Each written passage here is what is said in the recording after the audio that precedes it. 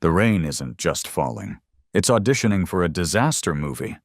I'm in my living room, a lukewarm cup of coffee in hand, watching the deluge try to beat its way through the double-glazed windows. Sarah, my wife, is doing that thing where she peers through the blinds like she's expecting to see sharks swimming down Acacia Drive. "Dave, the street. It's really starting to pool," she says, her voice tight. "Worse than last year." I take a sip of coffee. It tastes like impending doom, or maybe just yesterday's grounds. "Yeah, I see it. But that old floodgate at the end of Acacia should be handling it. Old man Hemlock, bless his cantankerous soul, knew what he was doing when he put that thing in, years before this HOA even dreamed of existing." I wander over to the window, my own unease starting to bubble. The water is definitely higher than I've ever seen it, already swallowing the curbs and creeping up the manicured lawns with an unnerving speed. It's turning our pleasant suburban street into a murky, fast-moving canal. Then I see her. A squat figure in a canary yellow raincoat, the kind of yellow that screams hazard or banana-themed superhero, wrestling with the rusty mechanism of the floodgate down at the end of the cul-de-sac. It's Brenda, our HOA president, self-appointed queen of all she surveys, which unfortunately includes my front yard. "No," I whisper, the coffee cup halfway to my lips. "She wouldn't. Tell me she's not closing that floodgate." Sarah joins me, her hand instinctively gripping my arm. "Closing it? Why would she close it? In this?" Why? Because Brenda operated on a level of petty malice that defied logic. If there was a rule she could misinterpret to make someone's life miserable, she'd find it, laminate it, and then beat you over the head with it. And that floodgate, a relic from a saner time, had always been a particular thorn in her meticulously landscaped side. I don't even bother with a decent jacket, just my old college hoodie. The wind whips the rain into my face, stinging my eyes as I dash out the front door. The water is already over my sneakers, cold and surprisingly swift. "Brenda!" I yell, my voice barely carrying over the roar of the storm. "What in God's name are you doing? That gate needs to be open!" She turns, a smug little smile plastered on her face, rain dripping from the brim of her ridiculous yellow hood. "David, funny seeing you out in this weather." She actually sounds pleased with herself. "I'm merely securing unapproved community alterations. Section 4, subsection B, regarding non-sanctioned drainage modifications. If you'd care to check your HOA handbook, page 37. She pats a brand-new, heavy-duty padlock she's just snapped onto the floodgate's ancient lever mechanism. This eyesore has been on the docket for removal for months. My jaw drops. Eyesore? It's a floodgate, Brenda. It's literally the only thing preventing our houses from becoming houseboats right now. Look at the water. It's swirling around our ankles, already carrying leaves and debris past us. Brenda, however, remains unmoved, a small, water-resistant monument to bureaucratic insanity. The bylaws are very specific, David. Perhaps if residents maintained their drainage swales properly, as per Guideline 12C, Appendix A, this wouldn't be such an issue. Consider this a proactive measure to encourage compliance. She actually winks, a slow, deliberate blink of her rain-lashed eye. Proactive? Right. Like a proactive appendectomy with a rusty spoon, my blood pressure was doing the Macarena. This woman wasn't just power-tripping. She was on a full-blown Napoleonic campaign against common sense, and my basement was about to become her Waterloo. I splash back inside, soaked and fuming. Sarah's already rolling up the expensive rug in the hallway. She locked it? With a padlock? Is she completely insane? Clinically, I'm starting to think so, I say, water dripping from my hair onto the already damp doormat. I tried the manual crank before I came back in. It won't budge with that monster lock she put on. And that gate, it's heavy as sin even when it's working. My first call is to Public Works. I get a weary-sounding guy named Bill, who sounds like he's said the same thing 100 times today. Sir, Acacia Drive is a private road, HOA jurisdiction. We can't intervene unless it directly threatens city infrastructure downstream or causes an undeniable public safety emergency. Bill, I plead. My prize-winning azaleas are about to become a public safety emergency. They're drowning. My entire street is about to drown. I understand your frustration, sir, Bill drones, but our hands are tied. Have you tried reasoning with your HOA? I almost laugh. Reasoning with Brenda? You'd have better luck reasoning with a hungry badger? I try a few neighbors. Old Mr. Grumbles down the street, who's had more run-ins with Brenda than a stuntman has with broken bones, actually cackles. Saw her out there this morning, son, giggling with that padlock. Said it was to stop the riff-raff from the next county using our creek access for their nefarious picnicking. The woman's a menace, a genuine 24-karat menace. Just as I hang up, red and blue lights flash through the rain-streaked windows. Brenda, true to form, has already called the cops on me. Probably for aggressive posturing or excessive eyebrow furrowing. Officers Miller, older, with a face that's seen too many domestic disputes, and Peterson, younger, looking like he just graduated from the academy yesterday and is already regretting his career choice, arrive.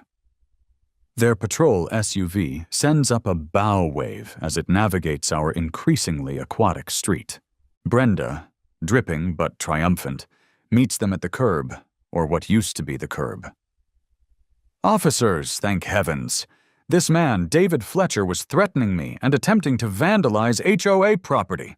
She points a dramatic, accusing finger at my front door. I step out onto the porch.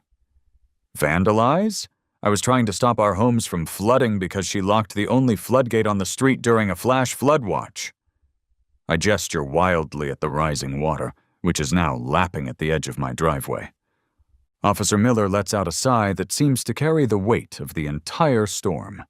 Rain runs in rivulets off his hat. Folks, let's just try to calm down. Ma'am, did you lock that gate? I secured HOA assets, officer, Brenda says, drawing herself up to her full, unimpressive height. As is my fiduciary duty to the homeowners of this esteemed community. Officer Peterson, whose trousers just got a fresh soaking from a passing piece of driftwood that was probably someone's prize-winning gnome 5 minutes ago, says nervously, "There's, a lot of water, ma'am. A real lot." "Look, Mr. Fletcher," Officer Miller says, his gaze flicking from the clearly rising water to the stubbornly locked floodgate, then back to me. "I get your concern. I really do. But if it's HOA property and she's the president, technically this is a civil matter. We can't order her to open it unless it becomes an immediate, life-threatening hazard or blocks public thoroughfares." "My living room is about to become a public thoroughfare for catfish and wayward garden gnomes," I exclaim, my voice rising in desperation. "Isn't that a hazard?" Brenda actually smirks. It's a small, tight, infuriating little twist of her lips.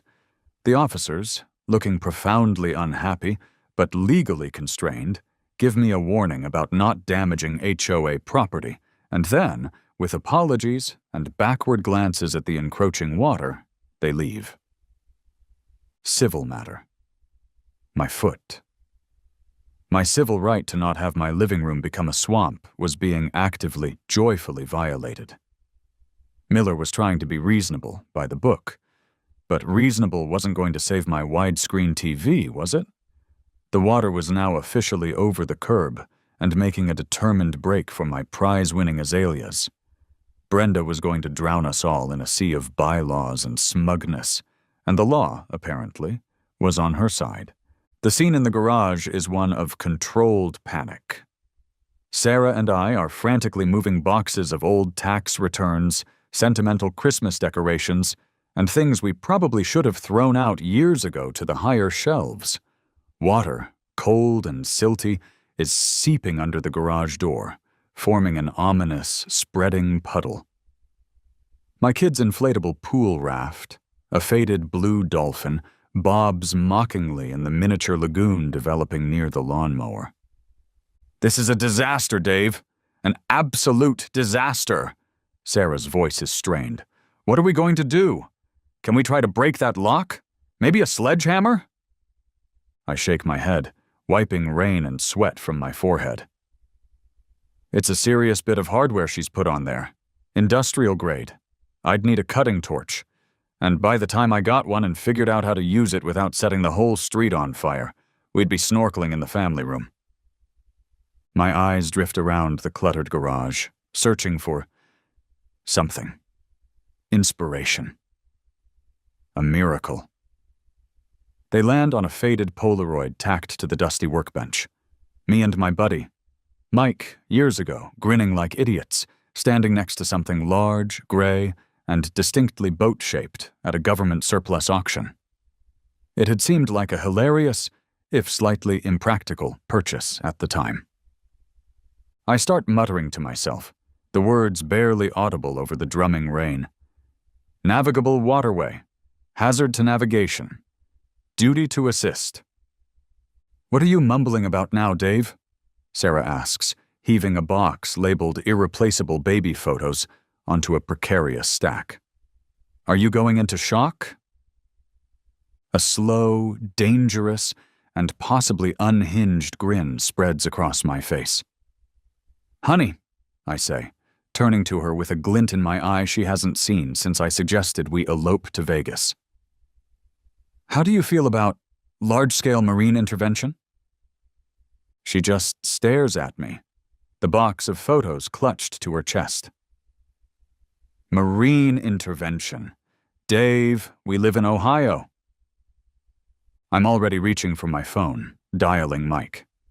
He's a character, my oldest friend, owns a rambling, slightly dilapidated farm out past the county line, collects projects the way other people collect stamps. His projects just tend to be bigger and louder and occasionally explosive. "Mikey!"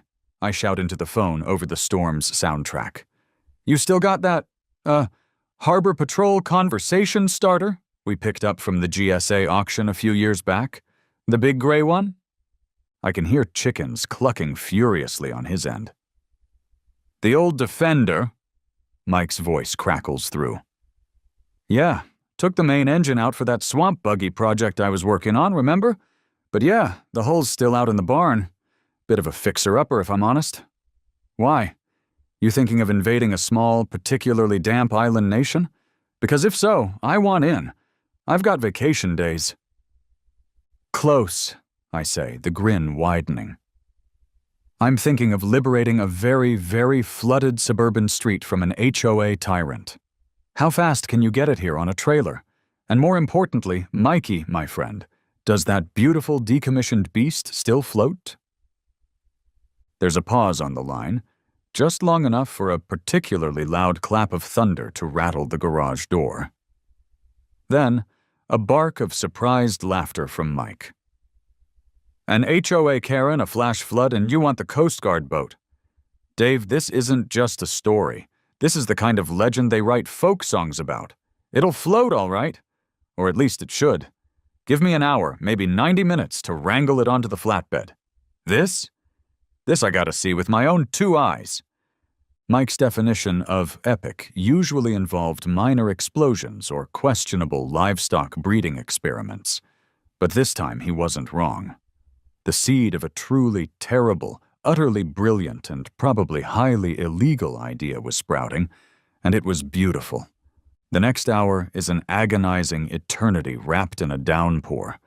The water is now halfway up our driveway, a churning brown river where just this morning kids were riding their bikes.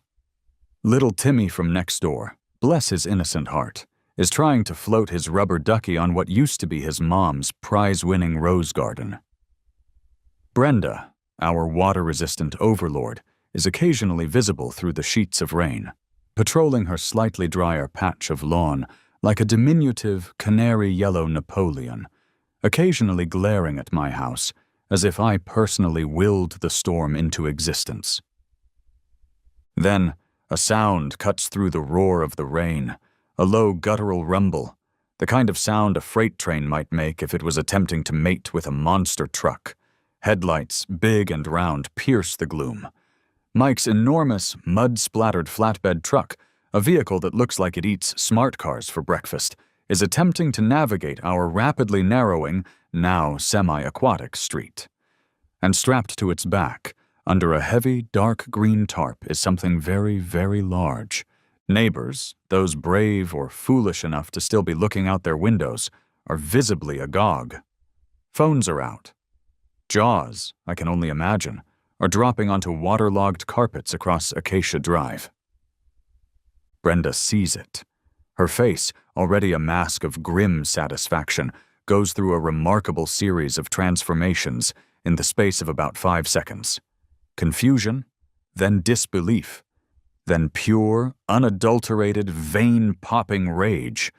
She's marching towards us, or rather, waiting, her yellow slicker flaring out behind her like the cape of a very angry, very damp superhero. "David Fletcher!" Her voice is a screech that barely cuts through the storm. "What is the meaning of this monstrosity? That is not an HOA-approved vehicle. It clearly exceeds all posted length, weight, and probably sanity restrictions for this residential zone." I step out onto the porch, trying to project an air of calm I am light years away from feeling. "Relax, Brenda. Just a little aquatic assistance. Thought we'd check for stranded residents. Community service, you know?" Just as Mike, with a skill that belies the sheer absurdity of the situation, is expertly maneuvering the trailer towards my driveway, which is looking more like a dilapidated boat launch by the minute. The red and blue lights flash again. Officers Miller and Peterson are back, their patrol car parting the waters like a very reluctant Moses. Someone, Brenda, obviously, who else, has called them again. Officer Miller gets out, water immediately soaking his uniform trousers up to the knees. He pinches the bridge of his nose, a gesture of profound weariness, looking from the massive, tarp-covered shape on Mike's flatbed to the rising water, then to Brenda, who is practically vibrating with indignation. "Mr. Fletcher," Officer Miller begins, his voice heavy with impending paperwork. "I feel like I should ask if you've been drinking, but somehow I suspect this situation is well beyond the influence of mere alcohol. What, and I cannot stress this enough, what is going on now?" "Just preparing for an alternative mode of transportation, officer," I say, gesturing vaguely at the street river. "Given the current, shall we say, liquidity of the local infrastructure, seems prudent." Officer Peterson, bless his young, excitable heart, already has his phone out, his eyes wide as dinner plates. He's whispering, but I can still hear him. Is that a real Coast Guard boat under there? No freaking way." Mike, ever the helpful wingman, hops down from the cab of his truck, landing with a splash. "Decommissioned officer, perfectly legal-ish." He winks. "Got the bill of sale right here in the glove box. Just a private citizen helping out another private citizen with his large gray floaty thing. Community spirit, right? Brenda is practically incandescent with fury. He's going to destroy the street, the curbs, my prize-winning petunias, which are currently underwater because of him and his blatant disregard for HOA covenants, Section 17, subsection D, regarding appropriate vehicle tonnage. Her petunias? Lady, my entire downstairs was contemplating a future as a coral reef, and she was worried about petunias and tonnage? The disconnect was staggering, but the boat was here, and the water was still rising. The scene is set, driving rain, two increasingly bewildered cops, one incandescently furious HOA president, one very large boat on a trailer, and a street that's looking more like a tributary of the Amazon with every passing minute. It's a regular Tuesday afternoon in suburbia, really. Officer Miller fixes me with a stare that could curdle milk. Mr. Fletcher, launching that vessel in a residential street during a flood is likely to violate a dozen city ordinances, not to mention common sense, and possibly the laws of physics. Officer, with all due respect, I counter, trying to keep my voice even. This woman's actions in closing that floodgate are violating my right to not have my house condemned. She created this problem, this very wet problem. I'm just creatively solving it. Brenda, I turn to her, my voice dropping to a tone of calm, deliberate seriousness that I hope sounds more confident than I feel. You have exactly 4 minutes to get that floodgate unlocked and fully open. Brenda actually scoffs, a sound like air escaping a punctured inflatable ego. Or what, David? You'll splash me with your ridiculous oversized toy? Or, I continue, letting the implication hang heavy in the rain-soaked air, I will be forced to deploy this vessel to conduct an emergency assessment of the compromised drainage infrastructure and render aid to potentially endangered properties. It's amazing what you can find in old maritime law about the duty to assist in conditions of peril on navigable waters, Brenda. And this street, I gesture dramatically, is looking pretty navigable to me right about now. I give Mike a subtle nod. With a flourish that would do a stage magician proud, Mike yanks the cord on the heavy tarp. It slides off the boat with a wet schloop, revealing the sleek, gray, unmistakably military lines of the Defender-class boat. It's seen better days, true. Some of the paint is peeling, and there's a suspicious patch of what might be seagull poop on the bow. But stenciled on the side, faded but still legible beneath a hasty layer of what looks like house paint Mike probably hadn't quite finished stripping, are the words, U.S. Coast Guard. There's a collective gasp from the few neighbors brave enough to be watching. Officer Peterson audibly whispers, "No, way."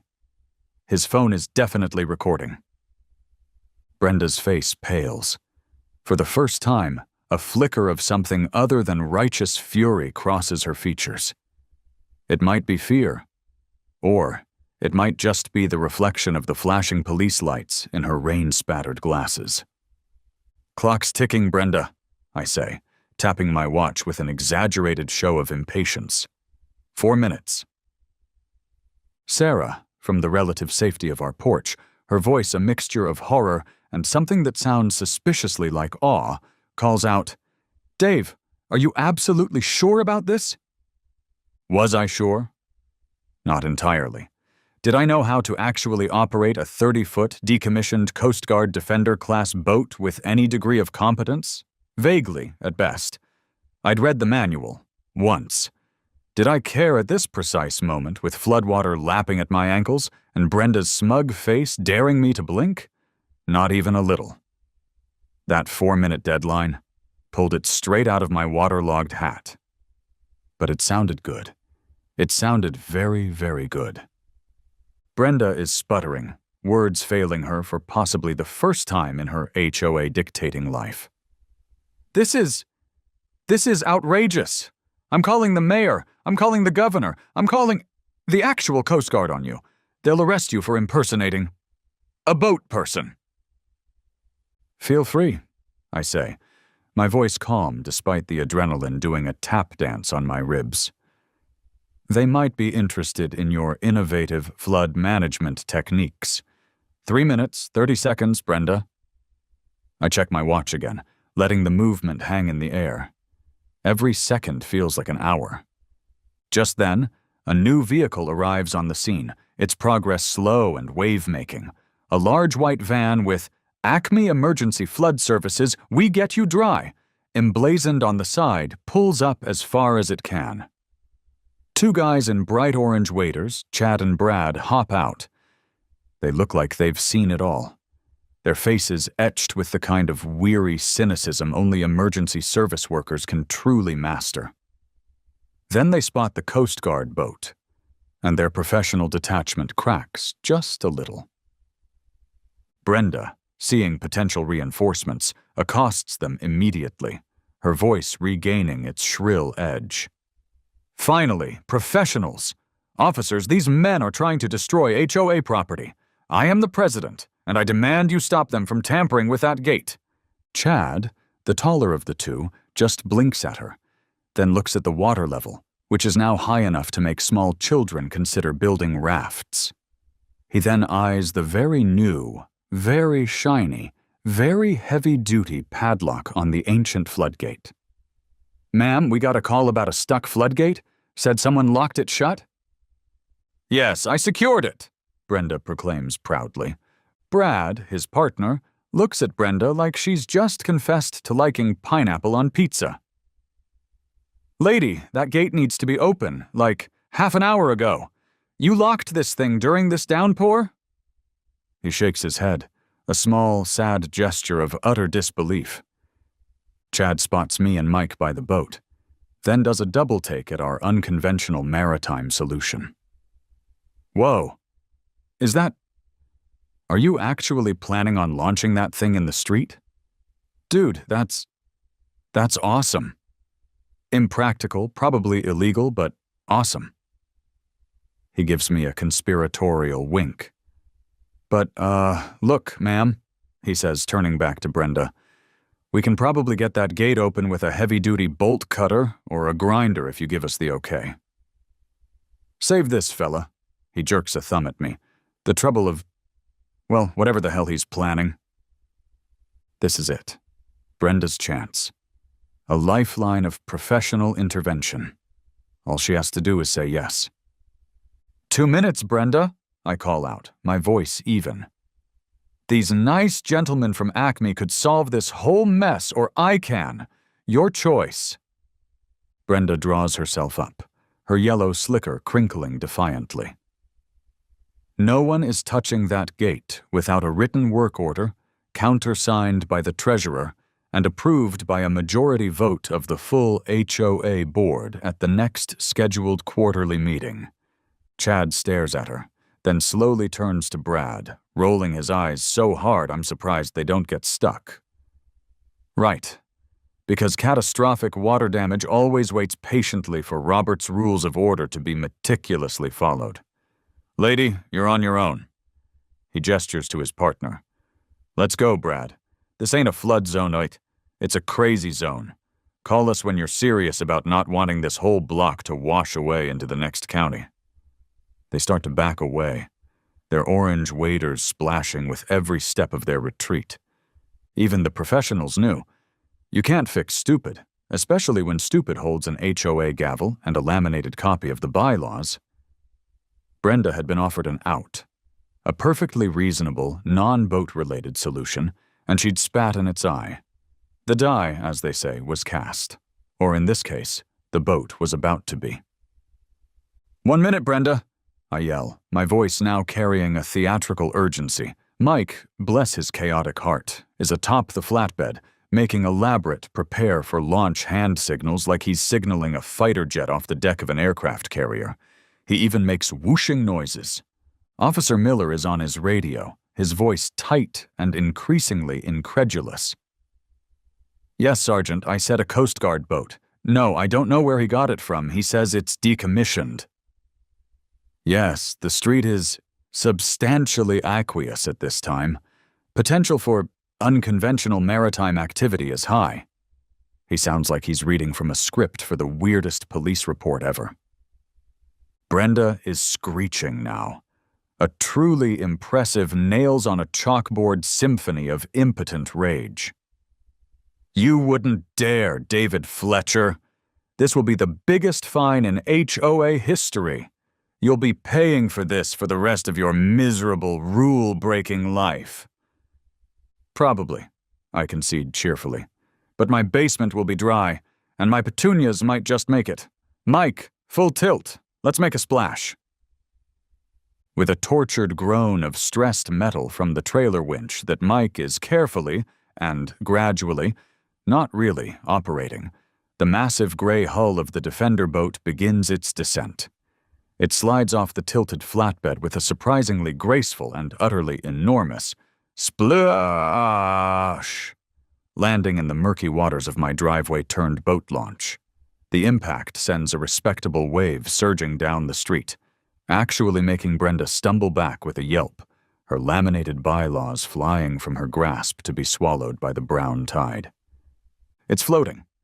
It's actually undeniably floating, in my driveway, and on Acacia Drive. Mike and I, with the agility of startled mountain goats, scramble aboard. He fumbles with a tangle of wires near a makeshift control panel he must have jury-rigged. Okay, auxiliary power, check, he mutters, flipping a switch that looks suspiciously like it came off a 1970s hairdryer. Bilge pump. Probably should check that later, right? Trolling motor. Engage. With a low, determined hum, the small electric motor Mike had ingeniously, and probably illegally, attached to the stern kicks in.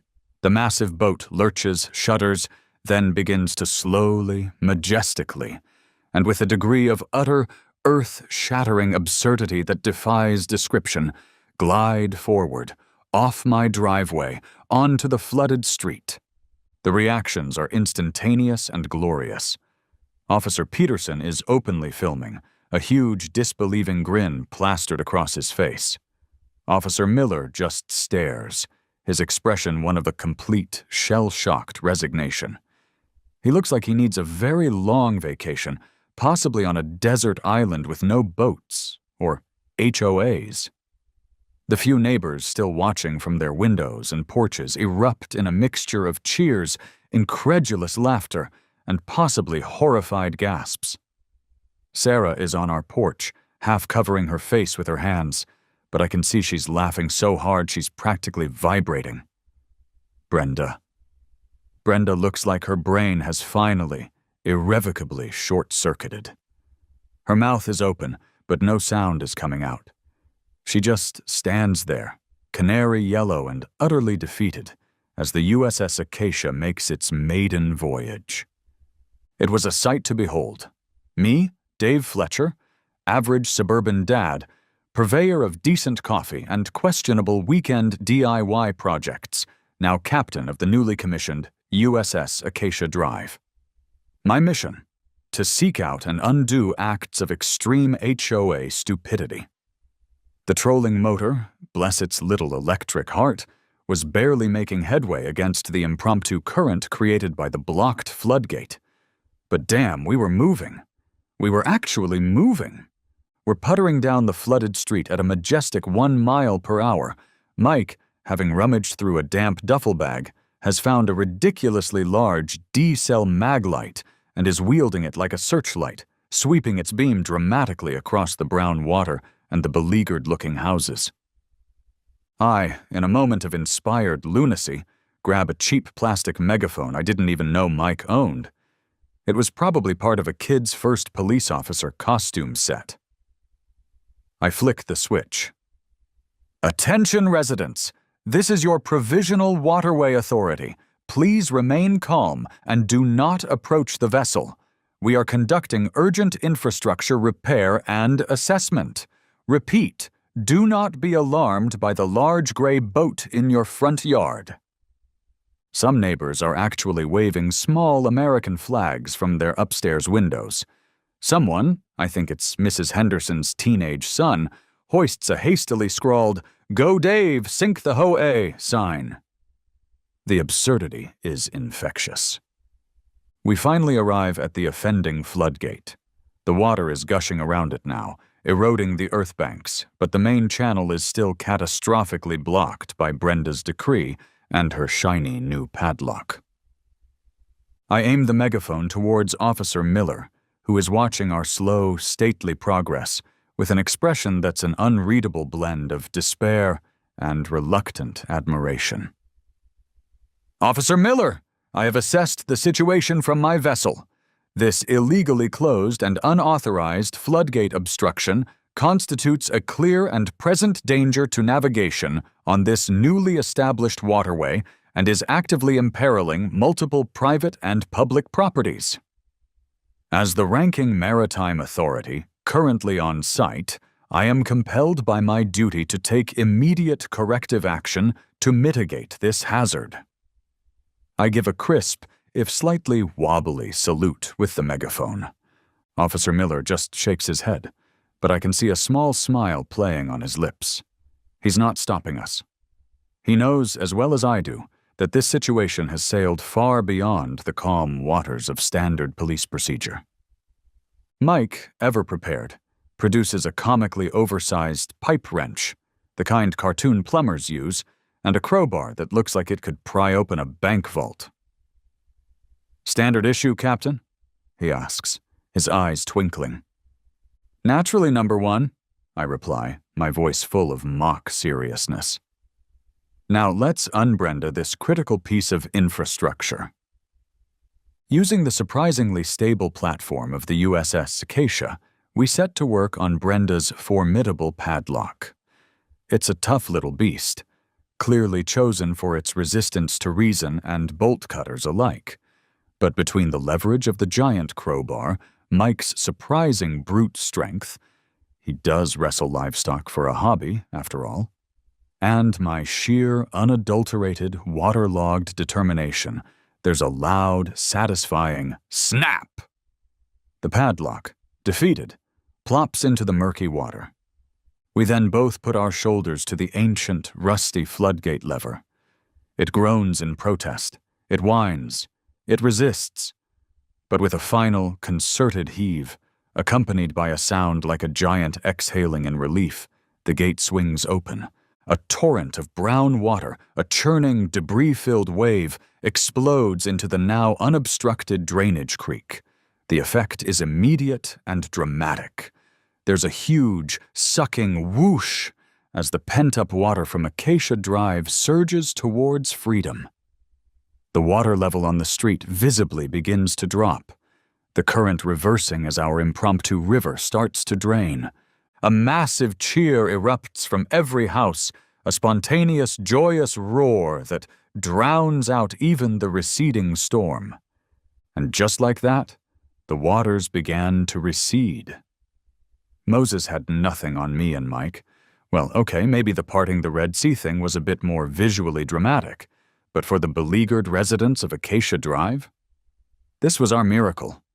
A noisy, slightly rusty, and highly unconventional miracle, but a miracle nonetheless. As the water level plummets with surprising speed, the mighty USS Acacia Drive undergoes a rather ungraceful transition from majestic watercraft to awkwardly beached whale. It settles, with a series of squelching thuds, onto the muddy asphalt of the street, tilted at a jaunty, if somewhat undignified, angle. Our voyage is over. Officer Miller, his uniform now more mud than blue, approaches us. He looks remarkably less stressed than he did 10 minutes ago, almost relaxed. "Mr. Fletcher, Michael."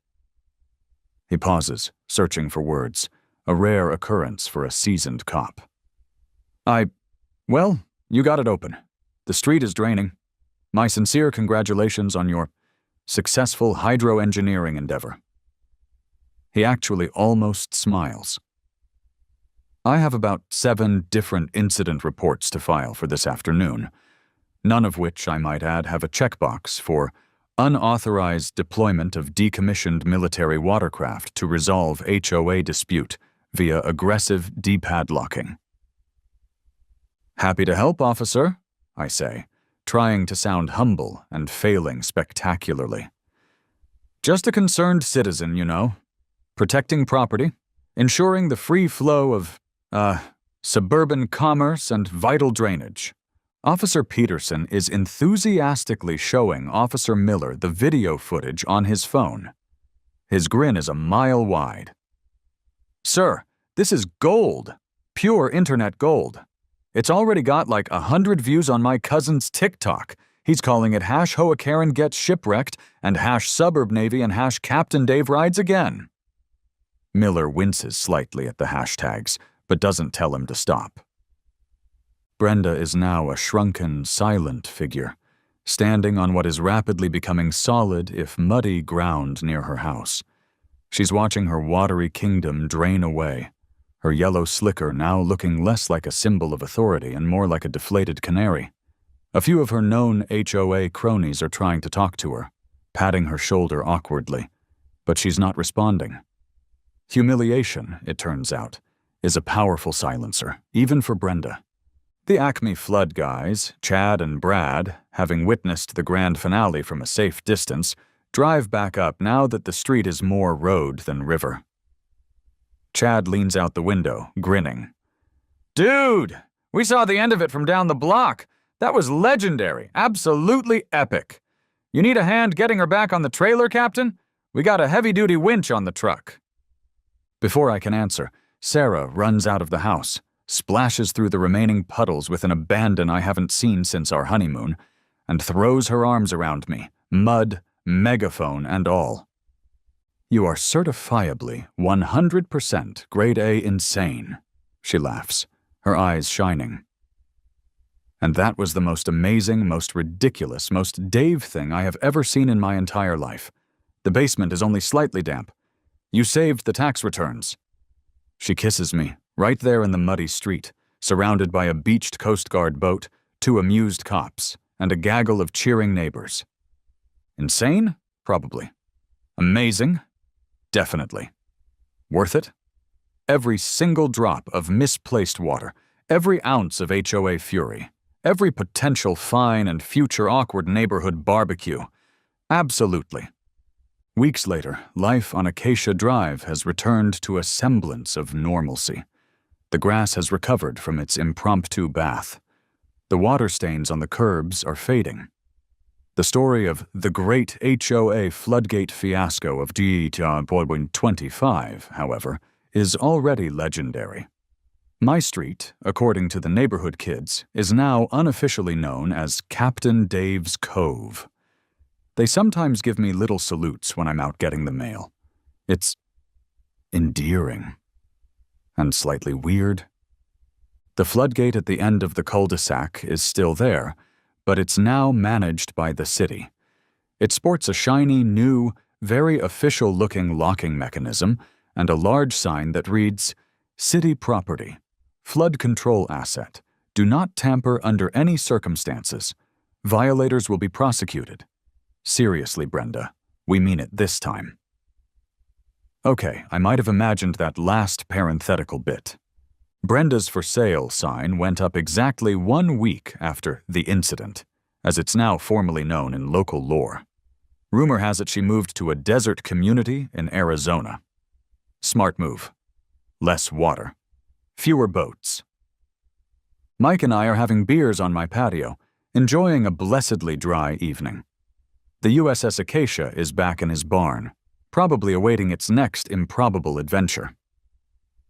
"So, when's the next voyage of the good ship Acacia, Admiral?" Mike asks, taking a long swig of his beer. "Hear tell the Henderson's cat is stuck up a tree again. Might need a full-scale maritime rescue operation. We could use the spotlight." "Very funny, you menace," I say, chuckling. I think her sea trials are definitively over, though the city council did send me a rather amusing letter last week. I go inside and retrieve it from its place of honor on the fridge. It's an official-looking citation, on proper city letterhead. I hand it to Mike. He reads it aloud, his voice laced with laughter. "For the unauthorized operation of a non-standard, oversized, and arguably military-grade vehicle in a temporarily established, unsanctioned municipal waterway, and for performing unlicensed, albeit effective, emergency floodgate maintenance utilizing unconventional tools and a large gray boat. A fine of $25. Payable within 30 days. Mike roars with laughter, slapping his knee. $25, that's it, for saving the whole damn street from becoming Atlantis. You got off cheap, Captain." "Yep, $25. Best money I ever spent. I framed the citation. It hangs in the garage now, right next to that old, faded Polaroid of me and Mike, and the boat that started it all. Sometimes, when the new HOA, a much more reasonable, if slightly terrified group of people, sends out a particularly nitpicky newsletter about lawn gnome height restrictions, I just go out to the garage, look at that $25 bill for services rendered to my community, and smile. Because sometimes, when reason fails and the water's rising, you just gotta rock the boat. Literally. I take a sip of my beer. The evening is calm, the street is dry, and somewhere I hope Brenda is enjoying the arid, boat-free landscape of Arizona. Very, very much.